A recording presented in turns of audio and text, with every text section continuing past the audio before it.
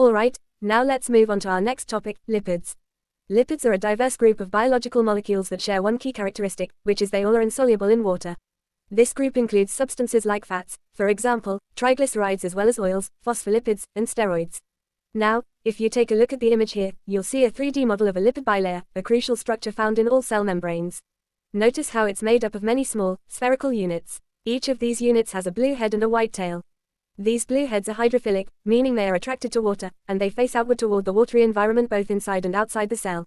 The white tails, on the other hand, are hydrophobic, means they repel water, so they turn inward, away from the water, creating the inner core of the bilayer.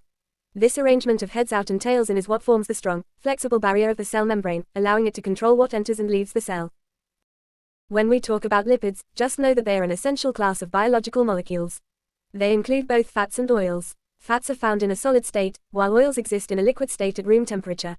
Chemically, lipids are made up of carbon, hydrogen, and oxygen.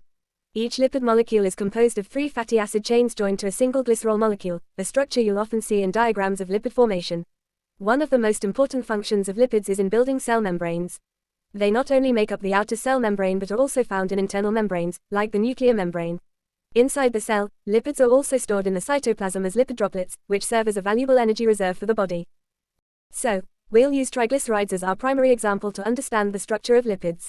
A triglyceride molecule is made up of one glycerol molecule bonded to 3 fatty acid chains. Think of it like a backbone, the glycerol, holding onto 3 long tails called the fatty acids. Triglycerides fall under the lipid category because they're large, hydrophobic molecules. That means they don't mix with water, which is a key characteristic of lipids. In living organisms, they play an important role as they store energy for the long term, help insulate the body, and provide protection to vital organs. Let's walk through the process of how a triglyceride is formed, step by step, using this simplified schematic. First, on the left side of the diagram, we start with glycerol, shown as a yellow vertical block.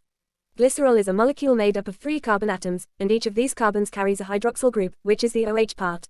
Next to the glycerol, we have 3 fatty acids, shown as purple zigzag lines. These are long hydrocarbon chains, and at one end of each chain is a carboxyl group. That's what enables them to react with the hydroxyl groups on the glycerol. Now, as the reaction takes place, each fatty acid attaches to one of the hydroxyl groups on the glycerol. This process is known as a condensation reaction, during which a molecule of water is removed for every bond formed. The bond that forms between the glycerol and each fatty acid is called an ester bond. Once all 3 fatty acids are linked to the glycerol via these ester bonds, the structure is complete, and we now have a triglyceride molecule.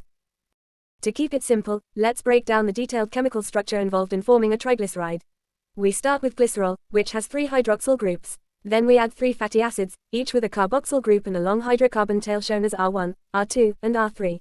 During the reaction, the hydroxyl group, which is OH from glycerol, and the carboxyl group, which is COOH from each fatty acid, react. This forms an ester bond and releases 1 water molecule each time, so we get 3 water molecules in total. The final product is a triglyceride, with 3 ester bonds linking the fatty acids to the glycerol. To finish up, let's take a look at the 3-dimensional model of a triglyceride, which shows what it actually looks like in real life. On the left side of the model, glycerol is shown at the top in a ball and stick style, with 3 free fatty acids below it. These fatty acids are long carbon and hydrogen chains, each ending in a carboxyl group that enables them to bond with glycerol to form a triglyceride. On the right side, you can see the complete triglyceride molecule formed after the reaction. This realistic model clearly shows how the 3 fatty acids have joined with the glycerol. The red spheres in the model represent oxygen atoms and highlight where the ester bonds have formed. To sum it up simply, glycerol is a 3-carbon alcohol with 3 hydroxyl groups. Fatty acids are long hydrocarbon chains with a carboxyl group at one end. Through a condensation reaction, each fatty acid forms an ester bond with 1 hydroxyl group on the glycerol, releasing a water molecule in the process. The result is a triglyceride, type of lipid that serves as an important energy storage molecule in animals.